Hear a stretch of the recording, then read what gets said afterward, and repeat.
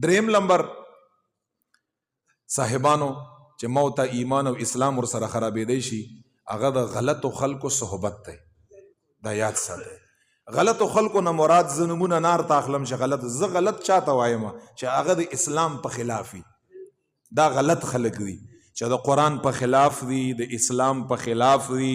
ظاهري به ډېر داسې یو ترتیب به یې برابر کړی، ته به ظاهر د چاته نه ګورې، ته به دا ګورې چې دا انسان د اسلام څومره مطابق دی او دا انسان د اسلام څومره مخالف دی، ته به دې ته ګورې.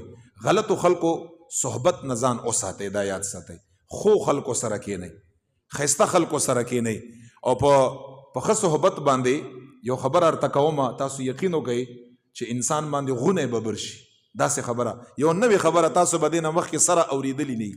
یو خبر ارته کومه، ډېره ښایسته خبره چې د ښه صحبت څومره ښایسته اثري انسان نه څومره ښایسته انسان جوړوي. او دا هیڅ کله چې خو خلکو سره چا تعلق یې ورسره کینی او هغوی سره نسبتي، دا کس الله تعالی هیڅ کله بدرنګ کوي نه په دنیا کې، نه په قبر کې، نه په حشر کې. تاسو صحابه وګورئ کنه، صحابه کرام چا سره صحبتو؟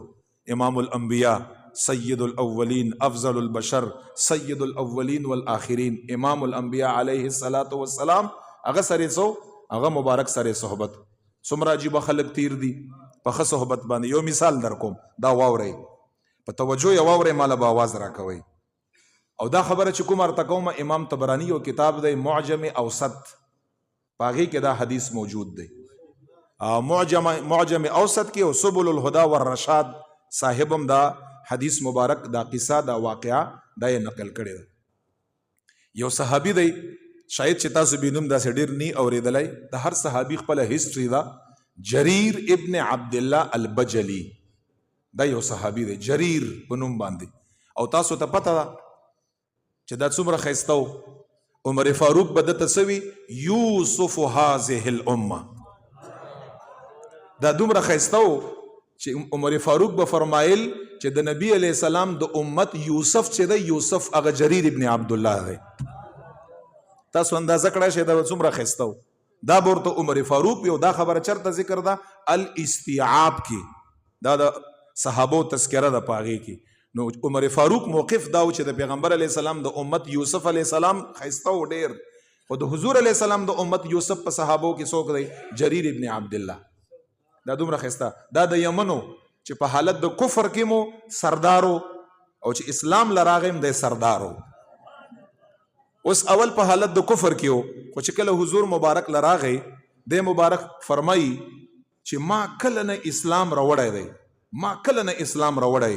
زه په حضور مبارک باندې دومره ګران وم په خپله باندې چې ما د ملاقات لپاره حضور علیه السلام ته کلم ویلي، کلم ما ویلی چې زار سره میلاویږم. حضور علیه السلام زه نه یم منع کړی. منذ اسلمتو دی هغه وخت نه چې ما اسلام راوړی، یو ځل یم ماته نه ویلي چې زه نه یم اوزګار. او د مبارک فرمایي دویم سی چې شکر دی زه په حضور مبارک دومره ګران وم چې زه حضور علیه السلام په هر ځای کې لیدلی یم، چرته هم لیدلی یم او ما ته یې کتلي. حضور علیه الصلاة والسلام مبارک ما ته خندا کړې ده، پرون تندی باندې را سره ملو شو. او د متعلق سره راځي دا د صحبت اثر دی. تاسو ته خو خلکو صحبت اسې چټي اسې عام شی درته ښکاري، دا د صحبت اثر دی.